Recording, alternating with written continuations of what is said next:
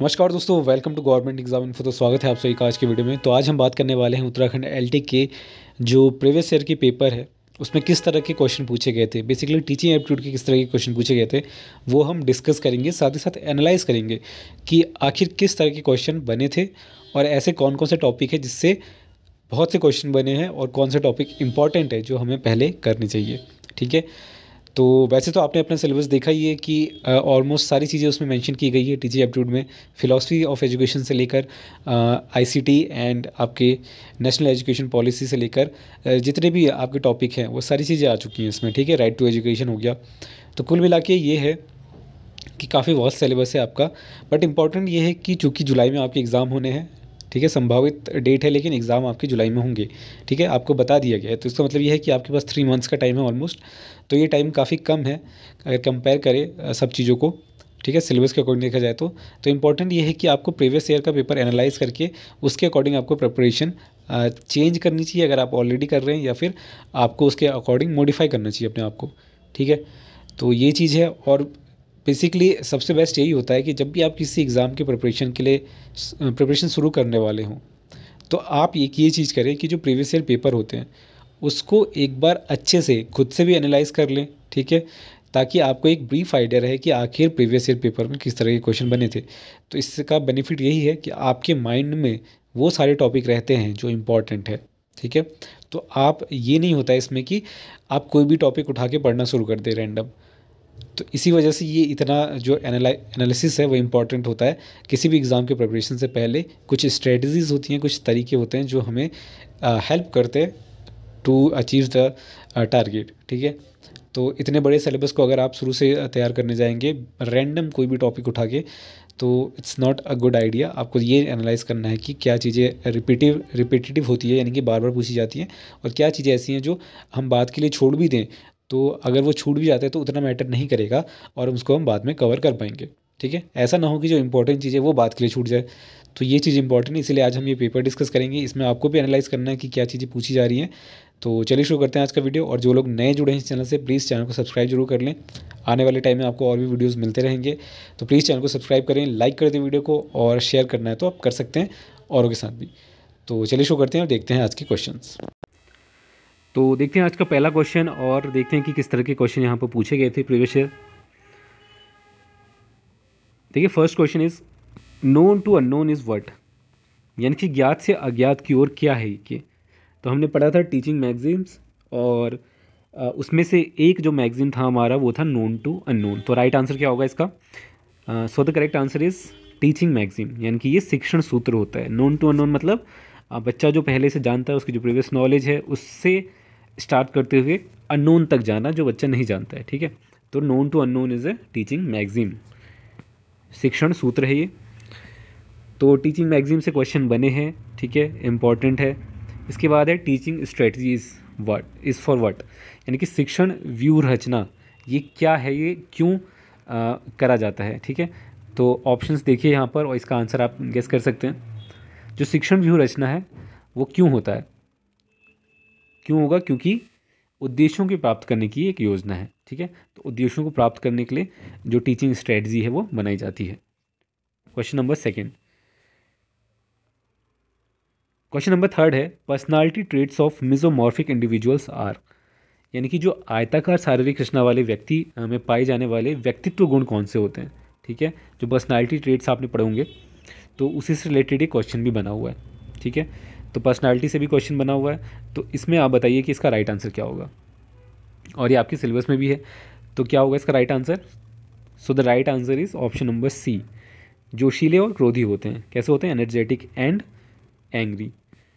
Second question है हमारा, last fourth question है, सॉरी फोर्थ क्वेश्चन है हमारा, दल शिक्षण में दल क्या है। जो टीम टीचिंग है उसमें टीम क्या होता है, बेसिकली किनका टीम होता है ये पूछा गया है यहाँ पर। तो टीम टीचिंग अगर बात करें तो ऑप्शन नंबर ए देखिए, ये बेसिकली क्या, टीचर्स का एक ग्रुप होता है। ठीक है, जो शिक्षण योजना को प्लान करता है, यानी कि तैयार करता है। ठीक है, और उसका क्रियान्वयन करता है, यानी कि उसको इम्प्लीमेंट भी करते हैं। ठीक है, तो ये क्या होता है? अध्यापकों का दल होता है। दल का मतलब क्या है? अध्यापकों का। इसके बाद क्वेश्चन नंबर फिफ्थ, आप इसको एनालाइज करना कि ये किस तरह के क्वेश्चन बन रहे हैं। ठीक है, आखिर कौन से ऐसे टॉपिक थे जो प्रीवियस ईयर में अगर हम बात करें यूनिट वाइज तो आप उसको मैच कर सकते हैं सिलेबस से। जैसे पर्सनालिटी से क्वेश्चन बताएं, ठीक है, टीचिंग मैगजीन से क्वेश्चन बनाए, ठीक है, टीचिंग मेथड से आपको क्वेश्चन देखने को मिलेगा। तो इस तरह से आपको ये एनालाइज करना है कि एक्चुअली में कौन से ऐसे टॉपिक्स हैं या यूनिट में ऐसे कौन से टॉपिक हैं जो इंपॉर्टेंट है। ठीक है, क्वेश्चन नंबर 5 से देखिए, the level of anxiety which makes student receptive of learning, यानी कि चिंता का वह स्तर जो छात्र को सीखने के लिए तैयार करता है वह क्या है। क्वेश्चन नंबर 5, इसका राइट आंसर आपको बताना है। इट्स अ नॉर्मल एंग्जाइटी, सामान्य चिंता।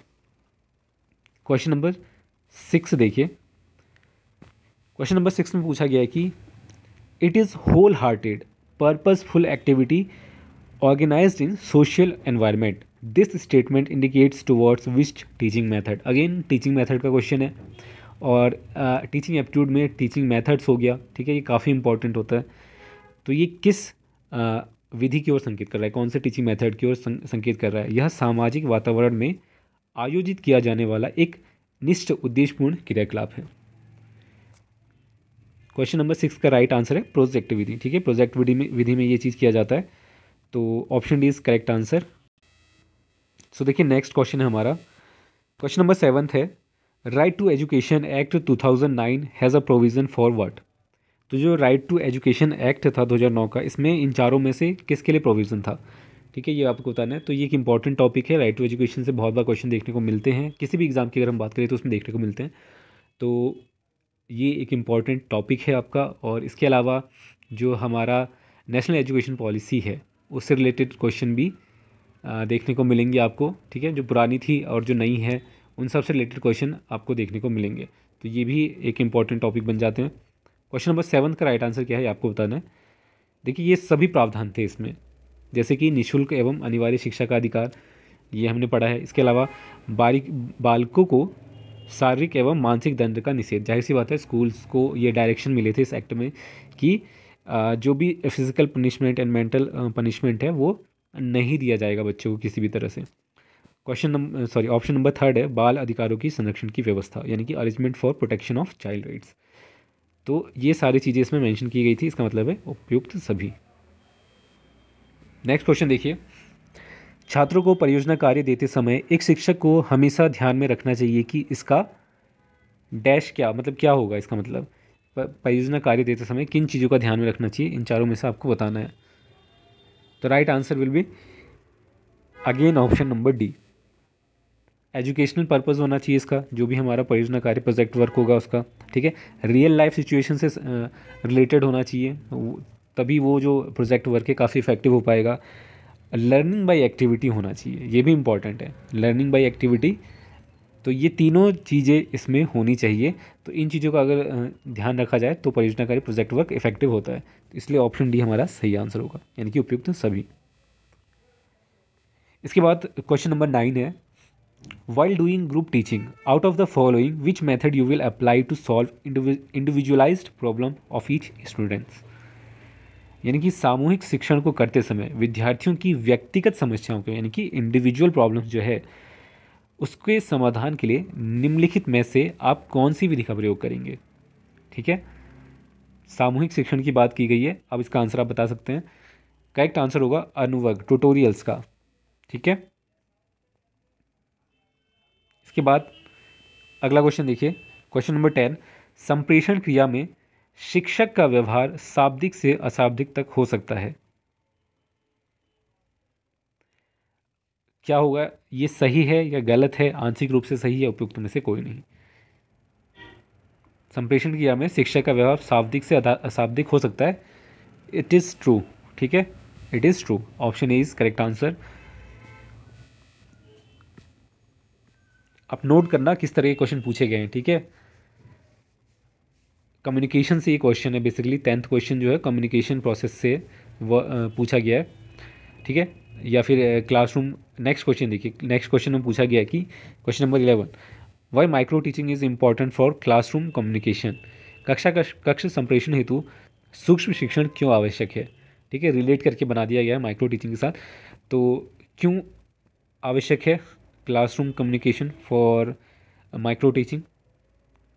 ऑप्शंस दिए गए हैं, 11th का जो आंसर होगा क्या होगा, टू डेवलप वेरियस स्किल्स। ठीक है, क्लासरूम कम्युनिकेशन क्या करेगा माइक्रो टीचिंग में, के लिए क्यों इम्पोर्टेंट है? विभिन्न कौशलों के विकास के लिए।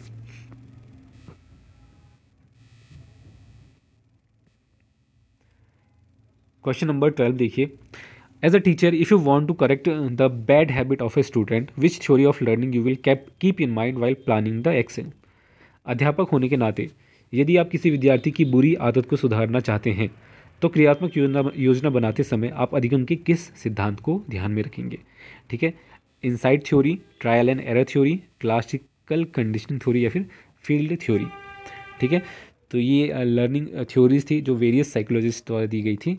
ठीक है, तो इसका मतलब क्या है, लर्निंग थ्योरीज भी इम्पॉर्टेंट है। ठीक है, तो इनको भी आपको पढ़ना पड़ेगा और बेसिकली ये बहुत इंपॉर्टेंट है। पियाजे, पावलॉक, इनकी जो भी थ्योरीज थी, ठीक है, स्किनर, ये भी जो भी फेमस साइकोलॉजिस्ट थे जिनको हम हमेशा से पढ़ते आए हैं, ये 3-4 ऐसे साइकोलॉजिस्ट हैं जिससे क्वेश्चन बनता है। थॉर्नडाइक हो गए। ठीक है, तो ये सारे इंपॉर्टेंट टॉपिक्स हैं, आपके सिलेबस में भी है। तो इसका राइट आंसर क्या होगा आपको बताना है। Right answer will B classical conditioning theory, शास्त्रीय अनुबंधन सिद्धांत। अभी मैं इनको एक्सप्लेन नहीं कर रहा हूँ क्योंकि ये बस हम समझने के लिए देख रहे हैं कि बेसिकली पैटर्न क्या था प्रीवियस ईयर का और आपको किन टॉपिक्स को पहले ही करना है। ठीक है, अभी आपके पास लगभग 3 मंथ्स का टाइम है, 3 मंथ्स मान सकते हैं हम। तो ठीक है, मिनिमम 3 मंथ्स हम कह सकते हैं। और वैसे डिपेंड करेगा कि अगर ये एग्ज़ाम पोस्टपोन ना हो तो। ठीक है, अभी काफ़ी सारी चीज़ें चल रही हैं। वैसे एग्ज़ाम डेट के अकॉर्डिंग हमें प्रिपेयर करना है। जो बताया गया है संभावित जो है वो जुलाई है, तो उसी टाइम को हमें मानते हुए प्रिपरेशन करनी है। और उसके अकॉर्डिंग देखा जाए तो 3 मंथ्स काफ़ी कम टाइम है सिलेबस को अगर देखा जाए तो, कंपेयर करें तो सिलेबस को। तो आपको इसको एक स्मार्ट तरीके से प्रिपेयर करना पड़ेगा कि भाई कौन से टॉपिक ऐसे हैं जो इंपॉर्टेंट है।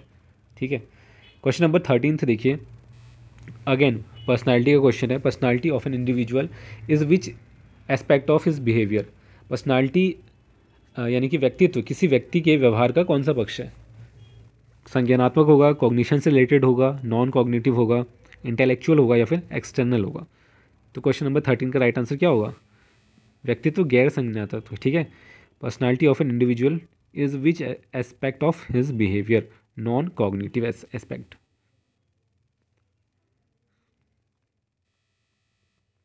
क्वेश्चन नंबर 14 देखिए, विद्यार्थियों को कठिन शब्दों का अर्थ समझाने की व्यावहारिक विधि है।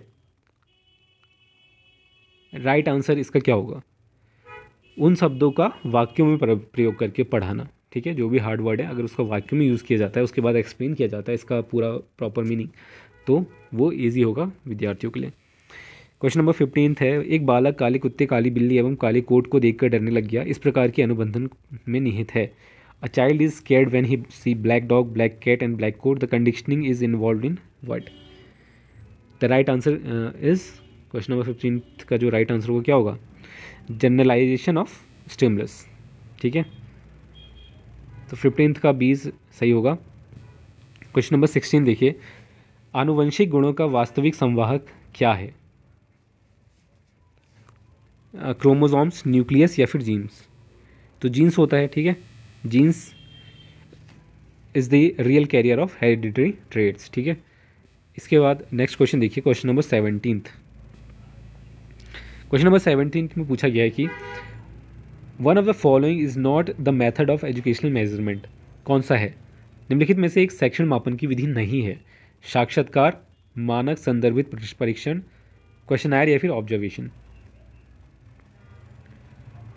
तो ये होगा norm referenced test is not a method of educational measurement. Question number 18 देखिए, वंशानुक्रम को समझने के लिए आपको आवश्यक रूप से समझना होगा क्या? तो वंशानुक्रम को समझने के लिए क्या समझना होगा? तो law of similarity, variation, regression या फिर ऑल अबव? तो all above, law of similarity, law of variation and law of regression, ये हम तीनों चीज़ों को समझेंगे तभी हम अंडरस्टैंड करवाएंगे हेरिडिटी को। क्वेश्चन नंबर 19 देखिए, क्रियात्मक अनुसंधान में कौन सा पद सम्मिलित नहीं है? ये पूछा गया है, यानी कि जो एक्शन रिसर्च है उसमें कौन सा स्टेप नहीं होता है?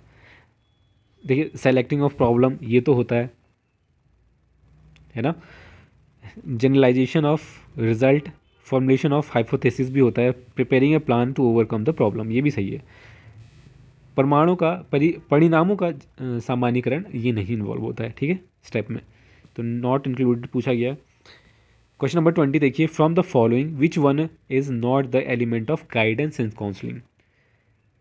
गाइडेंस एंड काउंसलिंग आपके सिलेबस में भी है, ठीक है, तो कौन सा निर्देशन एवं परामर्श का अंग नहीं है? करेक्ट आंसर क्या होगा इसका? Option number C, to develop emotions. इसके बाद 21st क्वेश्चन में हमें पूछा गया है कि while writing on the black board out of the following option what will you specially keep in mind to decide about the size of letter. श्यामपट्ट पर लिखते समय अक्षरों का आकार तय करने के लिए आप किस बात का विशेष ध्यान रखेंगे? तो किस बात का ध्यान रखा जाता है? श्यामपट्ट तथा विद्यार्थियों के मध्य की दूरी, ठीक है, ताकि जो लेटर्स है वो क्लियरली विजिबल हो पीछे तक के बच्चों के लिए, मतलब सभी के लिए। क्वेश्चन नंबर 22 है, the cognitive behavioural skill of enabling the learner to understand the use of theoretical statements in real situation is called. संज्ञानात्मक व्यवहार के कौशल के अंतर्गत विद्यार्थी को सैद्धांतिक कथनों के उपयोग को वास्तविक परिस्थितियों में समझने के सक्षम बनाना कहलाता है, क्या कहलाता है? 22 क्वेश्चन क्या कहलाएगा?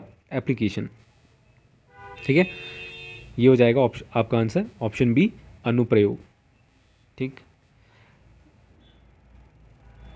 From the following which is the best method of measurement of students inner feelings. निम्नलिखित में से किसी विद्यार्थी के आंतरिक मनोभावों के माप की सर्वोत्तम प्रविधि कौन सी है? तो आंतरिक अगर हम बात करें, ठीक है, इनर फीलिंग्स की अगर बात करें तो कौन सा होगा? क्वेश्चन नंबर 23 है, ट्रांसप्लांटेशन मेथड, ठीक है, प्रत्यारोपण विधि। इवेल्युएशन भी इम्पॉर्टेंट है आपके लिए, मेजरमेंट का जो टॉपिक में यूनिट में दिया गया वो भी इम्पॉर्टेंट है, ठीक है। टीचिंग एप्टीट्यूड मीन्स, ये सब प्रीवियस पेपर के अकॉर्डिंग बोल रहा हूँ मैं, ठीक है, तो आपको पहले इन चीज़ों को कवर करना है, कंप्लीट करना है एक बार, उसके बाद जो बाकी के रेस्ट ऑफ सिलेबस रह जाता है हमारा, उसको हम एक एक करके कवर करेंगे। फॉर एग्जांपल फ़िलासफ़ी है, तो फ़िलासफ़ी से आपको क्वेश्चन देखने को मिल सकते हैं, क्योंकि सिलेबस में है तो डेफिनेटली 1 से 2 क्वेश्चन डेफिनेटली देखने को मिलेंगे, ठीक है। तो मेन जो कंसर्न है हमारा कि कौन सा ऐसा पोर्शन है जो मैक्सिमम मार्क्स कवर कर रहा है, ठीक है, वो चीज़ इंपॉर्टेंट है। 24 है हमारा, शिक्षण अभियोगिता से क्या तात्पर्य है? टीचिंग एप्टीट्यूड मीन्स, अब टीचिंग एप्टीट्यूड का पेपर है, सिंपल यही पूछा गया है कि टीचिंग एप्टीट्यूड का मतलब क्या है। तो option C is right answer, all the requisite abilities for profession of a teacher, यानी कि शिक्षक के व्यवसाय की सभी वांछित योग्यताएं रखना, ठीक है।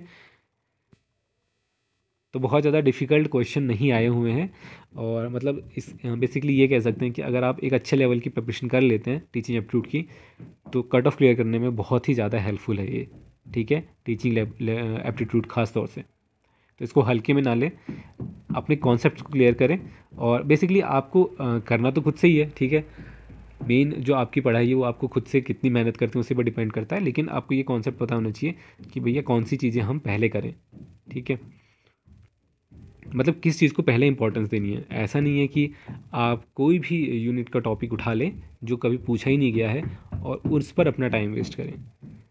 दैट इज़ वाई ये वीडियो इंपॉर्टेंट है, और ये चीज़ें इंपॉर्टेंट है कि क्यों हम इतना देख रहे हैं कि 5-5 यूनिट है और 5-5 डिटेल सिलेबस दिया गया पूरा, और उसको एक एक करके पढ़ने जाएंगे तो इतना बड़ा सिलेबस हो जाएगा अपने आप में कि वो कन्फ्यूजिंग है बहुत ज़्यादा, ठीक है। तो थोड़ा पढ़ें, स्मार्टली पढ़ें और देखें कि क्या चीज़ें आ रही हैं, ठीक है। हाँ, बाद में अगर आपको समय मिलता है तो कवर तो सारी चीज़ें करनी है, ठीक है, लेकिन जो लास्ट में चीज़ें बच जाती हैं वो ऐसी बचें जो कि उतना इंपॉर्टेंट नहीं है, ठीक है। ऐसा ना हो कि जो इंपॉर्टेंट है वही छूट जाए लास्ट के लिए। क्वेश्चन नंबर 25 है, how will you mainly develop self discipline among your students. आप अपने विद्यार्थियों में मुख्य तौर पर स्वनुशासन किस प्रकार से विकसित करेंगे? 25 का आंसर होगा, उनको उत्तरदायित्व देखिए, जैसी रिस्पॉन्सिबिलिटीज़ दी जाती है तो बच्चा समझता है कि क्या चीज़ें इंपॉर्टेंट है और ये डिसिप्लिन में रहना सीख जाता है बच्चा। Question number 26, a teacher plan his teaching learning process keeping in view. एक शिक्षक अपनी शिक्षण अधिगम प्रक्रिया की योजना बनाते समय ध्यान में रखता है, क्या ध्यान में रखता है? 26, निर्मित उद्देश्य यानी कि objectives formulated human and physical resources, या फिर दोनों। Correct answer will be option number C, यानी कि दोनों ही ध्यान में रखी जाती हैं। क्वेश्चन नंबर 27 है, which of the following is not the element of stimulus variation scale. निम्नलिखित में से कौन सा उद्दीपन परिवर्तन कौशल का तत्व नहीं है? सेट, इंडक्शन, मूवमेंट, जेस्चर या फिर चेंज इन वॉइस।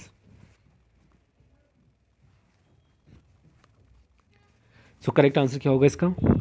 ये पूछा गया है कि स्टिमुलस वेरिएशन स्किल, जो हम स्किल्स पढ़ते हैं माइक्रो टीचिंग स्किल्स, उसी का क्वेश्चन है ये। तो इसमें क्या आंसर होगा इसका वो आपको बताना है। 27 का आंसर होगा ऑप्शन ए, सेट, इंडक्शन, विन्यास, प्रेरण इसका एलिमेंट नहीं है। Intelligence test, intelligence test are used for what? बुद्धि परीक्षणों का प्रयोग किया जाता है किस लिए? क्वेश्चन नंबर 28, राइट आंसर क्या होगा इसका? राइट आंसर है ऑप्शन नंबर डी,